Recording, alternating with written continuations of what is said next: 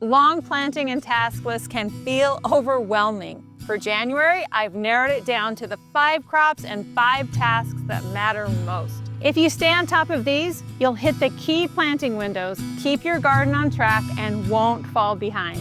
I'm Angela from Growing in the Garden in Mesa, Arizona. For more desert gardening tips, like, subscribe, and stick around. Let's start with what to plant. Number 1, deciduous fruit trees. The best time to plant a fruit tree was 5 years ago.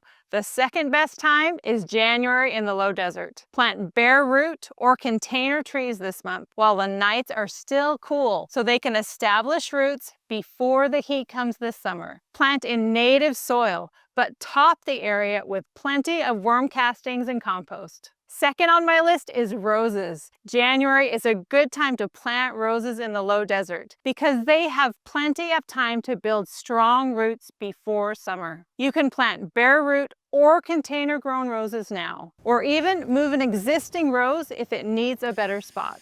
Right now, I'm adding 5 new roses to my front yard garden. I'm planting 2 climbers at each end to grow along the fence and 3 shrub roses in the middle. I can't wait for the blooms. Number 3, carrots. Carrots are perfect for filling empty spots in your beds with a quick, cool season crop. Direct sow carrot seeds this month while the soil is cool for better germination and sweeter roots. Keep the top layer of soil consistently hydrated until they sprout. I like to top newly planted carrot seeds with burlap so those tiny seeds don't dry out. Number 4, cilantro. Cilantro gives you 2 harvests and attracts beneficial insects to your garden. You harvest leaves now and let them flower to attract beneficial insects, and then those flowers develop into coriander seeds. Plant from seed this month while nights are still cool. Choose spots with afternoon shade.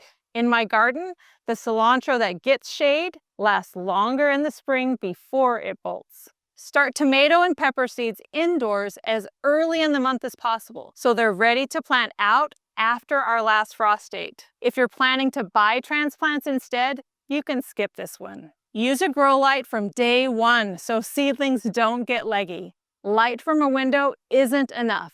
And choose short season, heat-tolerant varieties for the low desert. Here's a bonus crop for you. If you want to grow something fun in spring, pick up some organic ginger and turmeric next time you're at the store and tuck them in a dark cupboard. Chances are they'll sprout in time to plant out in warm soil this spring. Those are the crops I'd plant in January. Now let's look at the 5 tasks I'd focus on this month to keep my garden on track. Number 1, prune fruit trees. Pruning can feel intimidating, but an imperfect job is better than skipping it. The more you practice, the better you'll get. And fruit trees rely on us for that critical step. Pruning helps control the size and number of fruit each tree produces. A well-pruned tree is healthier and lasts longer.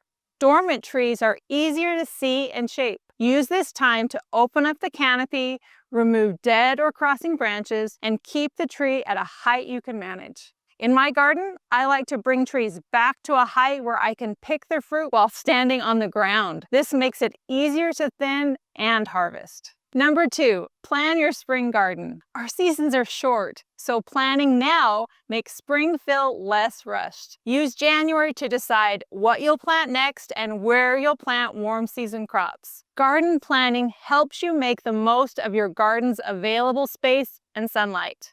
Each new season in the garden can seem overwhelming. Knowing what to plant, when to plant, and where to plant is a juggling act for even experienced gardeners. Taking the time to make a plan will help you be successful. In my garden, I sit down with my planner, calendars, and guides to map out what I'll plant and where, so that when the planting window opens, I'm ready instead of scrambling. Number 3, cut back and feed asparagus. This once-a-year task is almost all that asparagus needs from you. Once the ferns are yellow or brown and dry, it's time to cut them back. Here's what I do. I cut the dry stalks back just above soil level.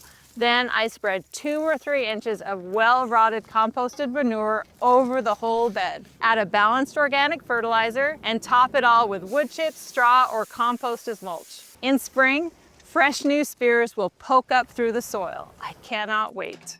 Number 4, Check your watering system. Water needs are low now, which makes this a good time to find and fix any problems before it heats up. Run your system. Watch while it's on. Look for clogged emitters, leaks, and dry spots while plants are less stressed. Replace or repair what's needed so your garden and watering system are ready for spring. Number 5, prune roses. Prune established roses that have been in the ground at least a year. Remove dead or diseased canes and open up the center for better airflow. In my garden, I usually cut my roses back by about 1/3, clean up old leaves around the base, and then watch for strong new growth as the weather warms. Do your planting and pruning now, but wait to feed until you see new growth. In my garden, I hold off on fertilizer until the first flush of leaves appears. So that's where I'd focus in January if you want to stay on track. If you want the full planting list and complete task list for January in the low desert, check out my in-depth monthly videos and blog posts. Or use my planner and journal that walks you through each month. For all these resources and more, go to growinginthegarden.com. Want a thriving desert garden? Join my monthly online classes, live or on replay, and get instant access to past classes and journals. Bring your questions and let's grow together in Growing in the Garden Academy.